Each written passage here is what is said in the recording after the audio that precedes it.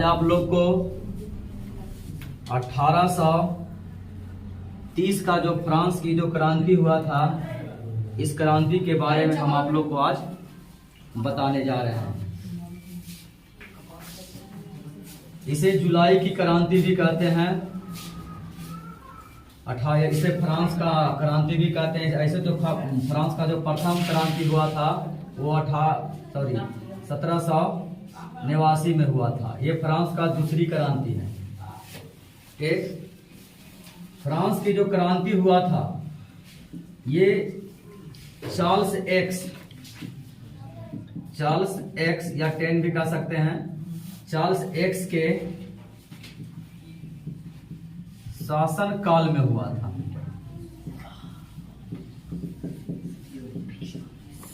समझे? यानी कि जब फ्रांस में लुई 18वां के बाद, फ्रांस में जब 1789 की क्रांति हुआ था तो लुई 18वां जब राजगद्दी पर बैठा था और लुई 18वां के बाद में चार्ल्स एक्स सत्ता संभाला। जब चार्ल्स एक्स सत्ता संभाला तो ये जो राजा था चार्ल्स एक्स, या घोर प्रतिक्रियावादी कट्टरपंथी राजा था। ऐसा राजा जिससे जनता नाखुश था, यानी कह सकते हैं इसको हम निरंकुश, घोर प्रतिक्रियावादी,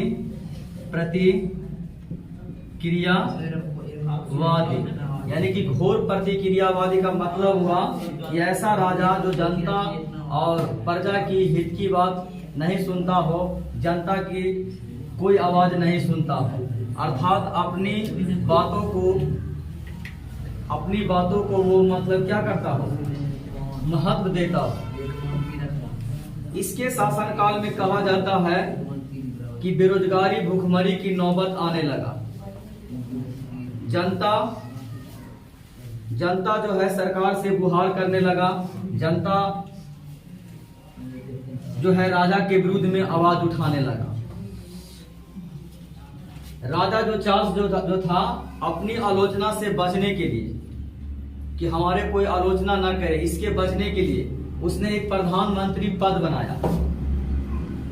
प्रधानमंत्री पद बनाया और इस पद पर पोलीगनेक को नियुक्त किया। पोलीगनेक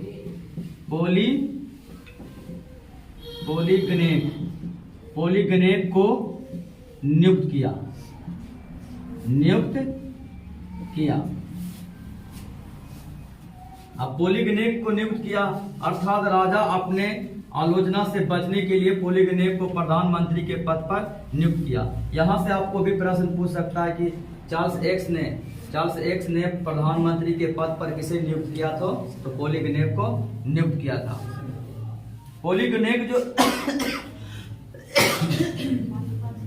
पोलीगनेक के बारे में जहां तक मतलब कि हमारे बुक में लिखा हुआ है कि ये पोलीगनेक जो राजा थे, यह भी राजा के ही विचार पर चलने वाले थे।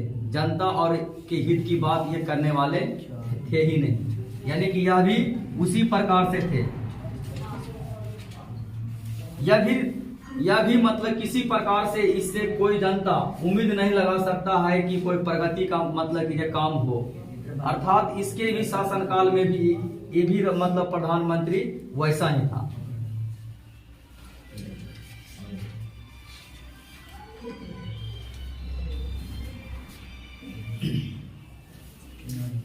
पच्चीस जुलाई 1830 ईस्वी को 25 जुलाई 1830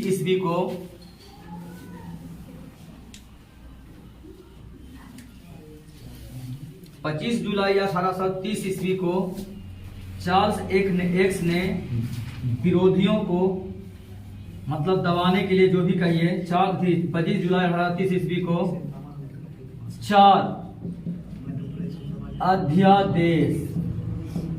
अध्यादेश का मतलब हुआ कि 4 वो कोई नियम लगाया और वो लागू किया। कहाँ पे? फ्रांस में। कहाँ लागू किया? तो फ्रांस में लागू किया। 4 अध्यादेश जो जारी किए, यह अध्यादेश एक ऐसा नियम कानून था कि जिसमें जनता के हित की बात कुछ भी है, जनता की गला घोटने का इसमें मतलब काम था। इसी 4 अध्यादेश के विरोध में आंदोलन प्रारंभ हो गया और 28 जुलाई 1830 ईस्वी को आंदोलन एक विशाल रूप धारण कर लिया और देखते ही देखते राजा चार्ल्स एक्स को पोलीगनेव को गद्दी छोड़ने पर विवश कर दिया गया और इस प्रकार से यह आंदोलन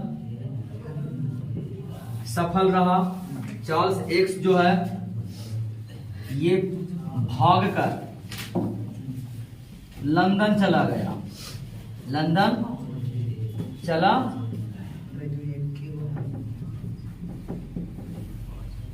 चला गया। इस प्रकार से सत्ता का जो बागडोर है जनता ने एक पुराना राजवंश जो था ऑरलियंस राजवंश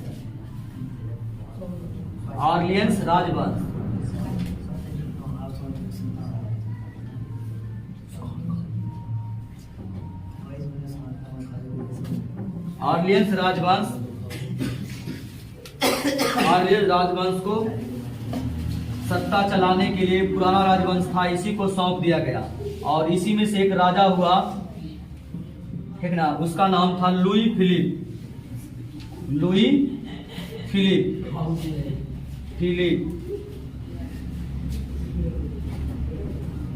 इस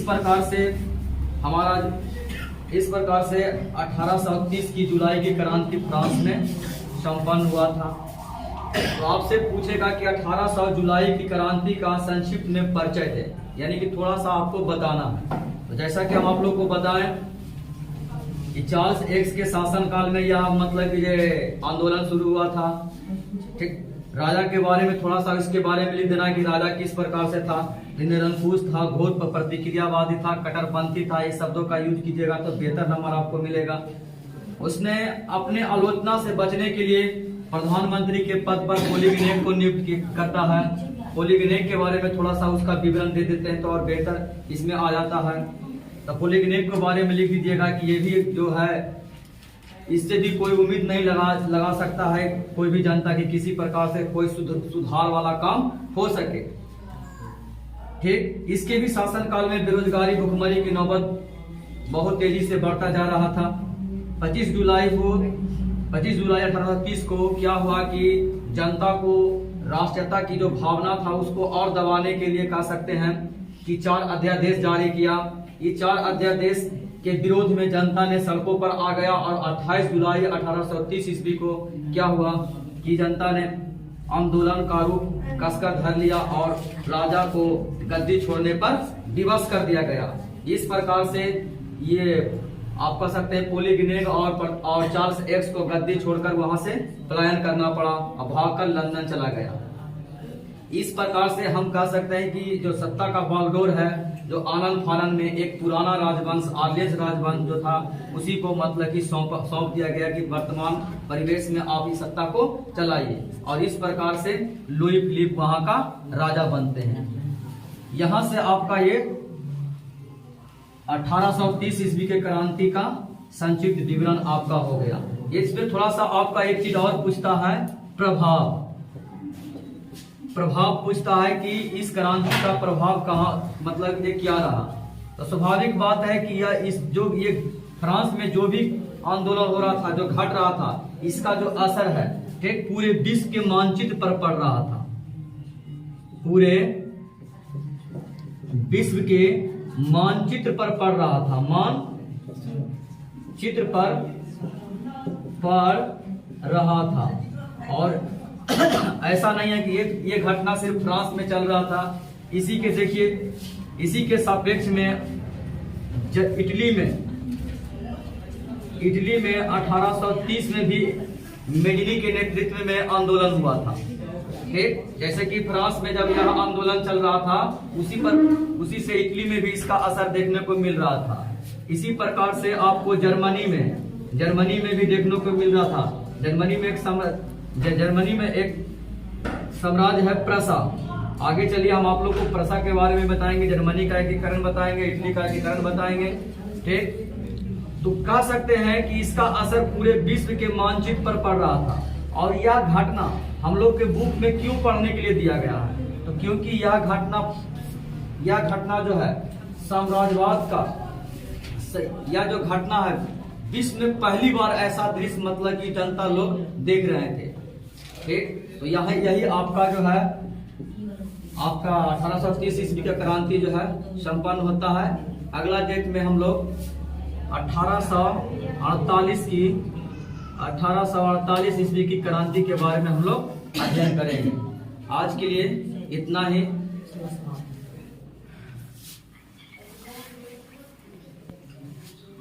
चलिए।